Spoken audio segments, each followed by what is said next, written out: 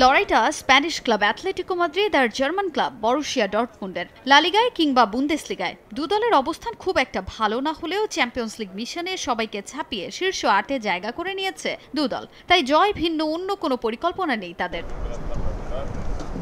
চলতি মৌসুমে খুব একটা ভালো ছন্দে নেই স্প্যানিশ ক্লাব অ্যাটলেটিকো মাদ্রিদ। নিজেদের লিগে রিয়াল বার্সা জিরোনার সঙ্গে শিরোপা জয়ের দৌড়ে টিকে থাকা লড়াইটা বেশ কঠিন তাদের জন্য। এখন পর্যন্ত খেলা ৩০ ম্যাচের মোটে ১৮টিতে জয়ের দেখা পেয়েছে দলটা, আর তাতে ৫৮ পয়েন্ট নিয়ে টেবিলের ৪-এ অবস্থান ডিয়েগো সিমিওনের দলের। লা লিগায় পারফরমেন্স যেমনই হোক না কেন ইউসিএল এ তা পুষিয়ে নিতে চায় অ্যাটলেটিকো মাদ্রিদ। তাই এ ম্যাচের আগে পরিকল্পনায় কোনো ভুল করতে চান না কোচ।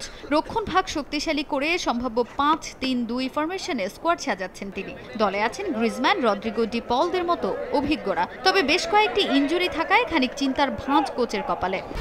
১-২-৩ ঢাকায় জমি জিতে নিন ১০০% ক্যাশব্যাক সহ ২০ কোটি টাকার পুরস্কার।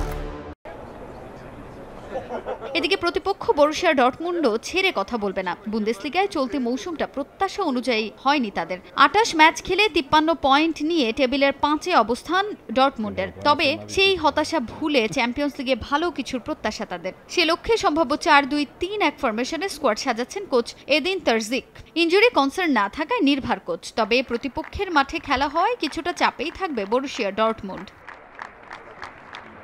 তবে অতীত পরিসংখ্যানে চোখ রাখলে দেখা যায় দু দল মোটে দুবার মুখোমুখি হয়েছে, সেটাও এই চ্যাম্পিয়ন্স লিগের মঞ্চেই, যেখানে একটি করে জয় আছে অ্যাটলেটিকো ও ডর্টমুন্ডের। অতীত পরিসংখ্যান সমানে সমান হওয়ায় এবার এগিয়ে যেতে চাইবে দু দলই। তবে কেউ কাউকে এক চুলো ছাড় দিতে নারাজ। আর নিজেদের ঘরের মাঠে বেশ কিছু ম্যাচে অপরাজিত ডর্টমুন্ড, যা আশা যোগাচ্ছে দলটাকে।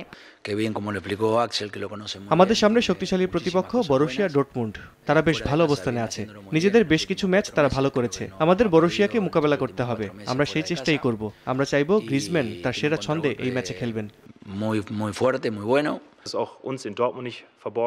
অ্যাটলেটিকো মাদ্রিদের বিপক্ষে আমাদের এই ম্যাচটা মোটেও সহজ হবে না। তার উপর ম্যাচ হবে তাদের মাঠে। তবে আমি বিশ্বাস করি আমাদের সেরা ফর্ম ধরে রাখতে পারলে জয় সম্ভব।